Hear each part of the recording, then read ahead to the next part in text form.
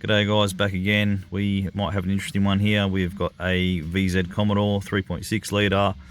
It's got 199,000 on the clock. That's coming for an intermittent misfire. It has been to multiple places already and had a huge amount of work done to it. Probably expensive. Let's have a look at what's done. It's had a MAF clean, throttle body clean, drive belt replaced, spark plugs replaced, ignition coils replaced, cam sensor. I put a question mark there because there are multiple cam sensors here. PCV hose replaced, and it's had an ECU replaced. Wowee, pretty expensive repair there. And it's got a intermittent misfire. Happens sometimes and sometimes it doesn't. We just got it in this morning and it was running rough, and then it fixed itself. We had a look at some live data. We're looking at injector duration, and injector number 1 went from normal duration at 2 point something milliseconds to 0, and then it came back to life. And we just quickly checked for codes, and as you can see, we've got P0201, injector 1 control circuit malfunction. So it's interesting why a lot of these parts were replaced for that fact. So what we're going to do, we're going to dig a little deeper. We might get some wiring diagrams out and find out what's going on with this injector control circuit. See if we've got a failing injector intermittently, or we've got a connection issue. Obviously, with this particular fault, the ECU's already been replaced. So, really it can only be a couple of things. It can only be wiring, connectors, or the actual injector itself. It can't be fuses because there's 2 fuses on this car. One controls one bank and the other controls the other bank. So if it was a fuse fault, it would ruin the whole bank. So let's do some digging and find out what we see. Okay, as we can see, this is our injector 1 there. Injector 1, 2 and 3 all go to fuse F34. That actually might be injector 3. Yeah, so that's right. So that's the driver's side bank. Driver's side in Australia is the right hand side, so 1, 3, 5, they all come off fuse 34. So we're going to go out there with our amp clamp, and we are going to current ramp the injectors and see if we can see that one that is a little bit different to the others. So I'll get that out there and I'll show you what's going on. Alright guys, I thought I'd have better news for you, but we can't actually get this vehicle to fail. I did put a fuse loop set up in the fuse 34 as I showed you before on the wiring diagram. As you can see here, excuse that noise in the background,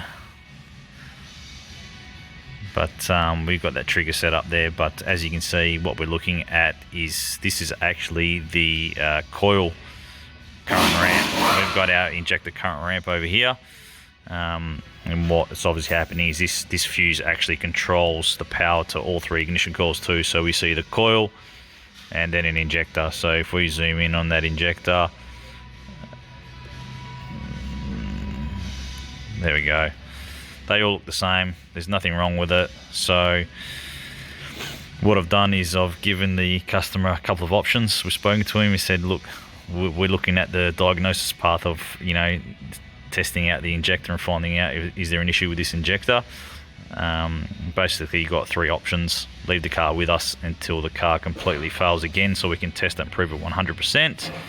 What we can do is we can take off that, or for option 2, we can take off the top plenum, swap injector 1 with injector 3, clear the code, get him to take it away. When it fails again, bring it back. We'll recheck the code and see if the misfire or the control circuit code has gone to number 3. Then we know it's 100% the injector.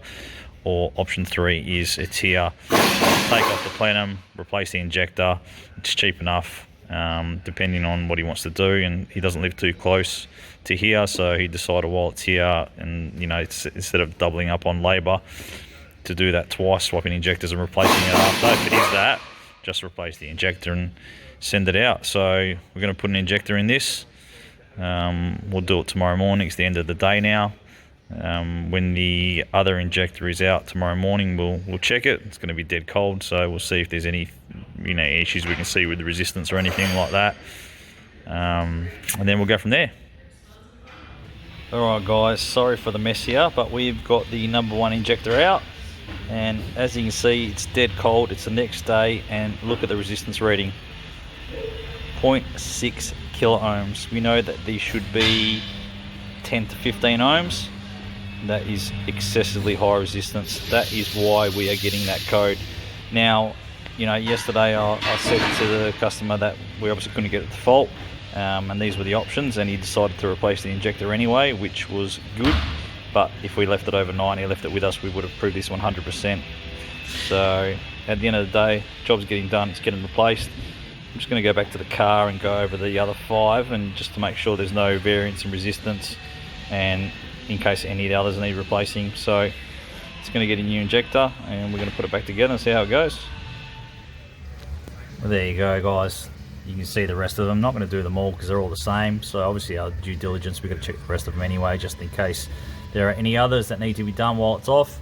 But just take my word for it, I've gone all the way around and they're all around 13 ohms. So that's all good. We're going to whack a new injector in this, and then all done. Before we go, just for curiosity's sake, obviously we know this is failing when it's dead cold, so let's get the heat gun on it and see if we can get this to go back to normal resistance, which it would be doing on the car, and that's why it was actually running normally after a while. So bear with me and see if we can get something happening.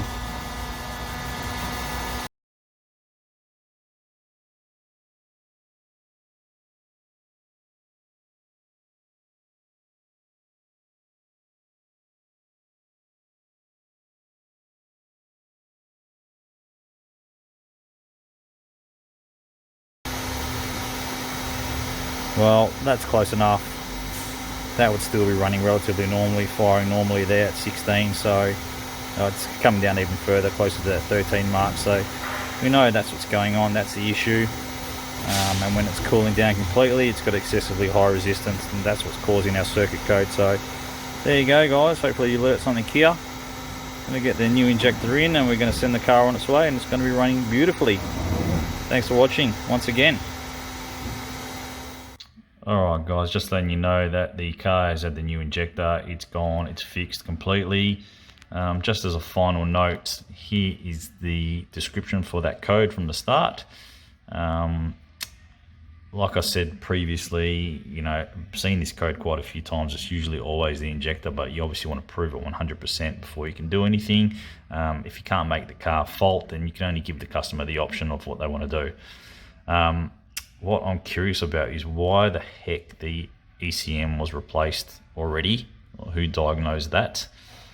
You know, if you're going to throw parts at that, if you get this code and you're going to throw parts at it, wouldn't you throw the cheapest option at it, which would be the injector, if you were going to throw parts and not diagnose anything? It's a little bit, a little bit curious why so many things were replaced on this car. But at the end of the day, it is what it is. We can only do what we can do. The car is fixed, and I hope you guys saw something or learnt something in here, and if you did, it would be great if you could subscribe to the channel and hit the notification bell for any new videos coming up. And thank you all for watching.